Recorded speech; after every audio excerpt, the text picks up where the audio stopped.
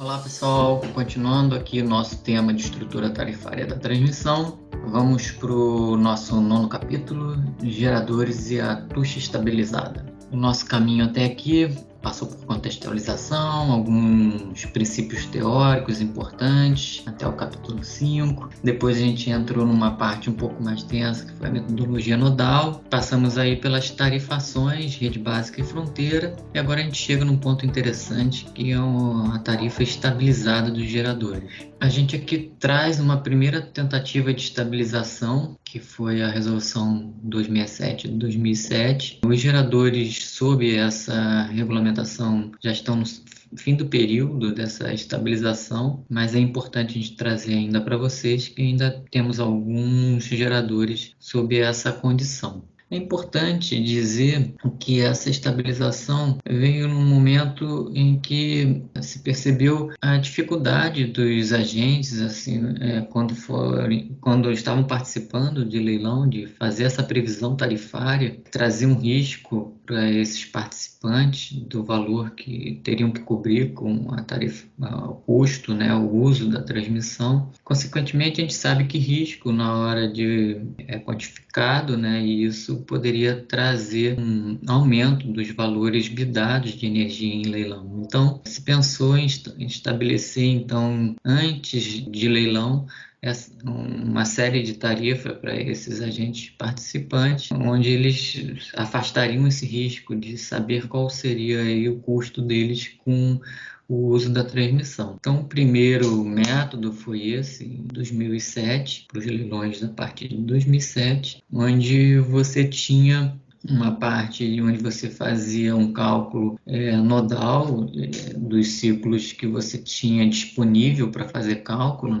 pegando o horizonte da EPE lá no planejamento decenal. Os ciclos que você tinha disponível para calcular eram calculadas as tarifas. Com esse cálculo, através de um método de linearização, se estabelecia como que seria ou crescente ou decrescente esse caminho tarifário, de linearização dessas tarifas obtidas através de cálculo normal dos ciclos tarifários disponíveis. A partir do ciclo que você não tinha mais caso disponível, havia uma extrapolação do último valor estabelecido pela linearização para completar os 10 anos. 10 anos de tarifas estabelecidas para esses agentes que começaram a participar, então, de leilão de energia a partir de 2007. Aqui a gente tem um exemplo de conjunto tarifário, então, essa resolução saía antes do próprio leilão. O agente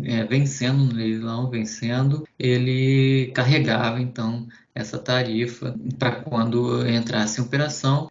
Um detalhe é sempre que essas tarifas são publicadas a preço da época do seu cálculo. No momento da aplicação é efetuado um reajuste pelo índice de atualização da transmissão. Esse índice é uma composição de IPCA e IGPM dos contratos de transmissão e que pode ser obtido juntamente com a resolução homologatória de tarifa de cada ano na parte da nota técnica que acompanha essas resoluções. Então era assim, saía esse conjunto de tarifas, a gente já tinha de antemão esses valores e poderia então, na hora de ofertar o preço, ter a ideia de o que seria o custo com a transmissão. Passado o tempo, foi percebendo que poderia ser simplificado esse cálculo e até estendido esse período de estabilização, Então veio em 2013 e aí praticamente 95% dos agentes hoje estão sob essa regulamentação,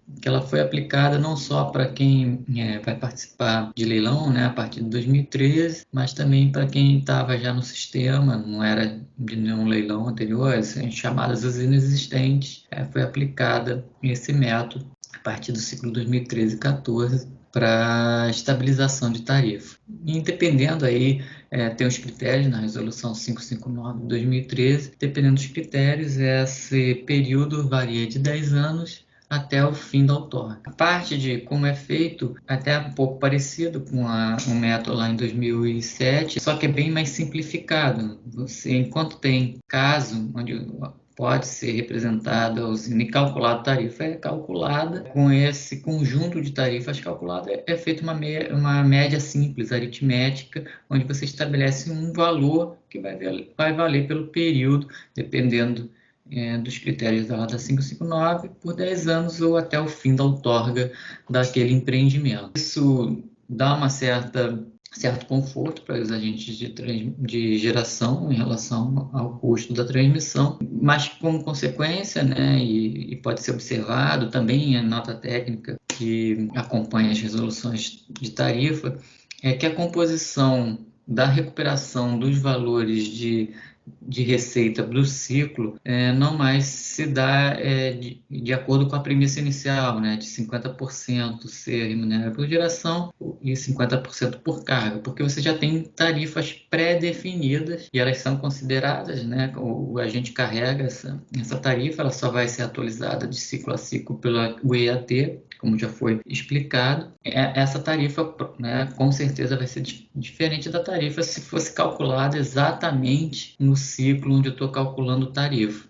Essa diferença que vai existir, ela vai para o segmento consumo, desequilibrando aquela premissa inicial de 50% ser pela geração e 50% consumo, porque uma diferença que é da geração está indo para a classe consumo. Isso pode ser positivo ou negativo, né, para a classe consumo. Vai depender dessa diferença entre o que foi estabelecido e estabilizado para cada gerador e o que seria o cálculo natural naquele ciclo onde eu estou calculando tarifa. Então, com isso, a gente completa aqui mais um trechinho daquele nosso resumo, né, que é a parte da tarifação de geração estabilizada, né? Então, é importante observar que esses geradores têm essa tarifa de rede básica estabilizada por 10 anos ou até o final da outorga, conforme critérios da resolução 559. Aqui a gente traz os conjuntos de documentos bem parecidos com o que a gente tem dos últimos capítulos, né? O módulo 15, atenção que com a reestruturação do procedimento de rede, o módulo 15 deve virar o módulo 8, a resolução de tarifa 27 e 26,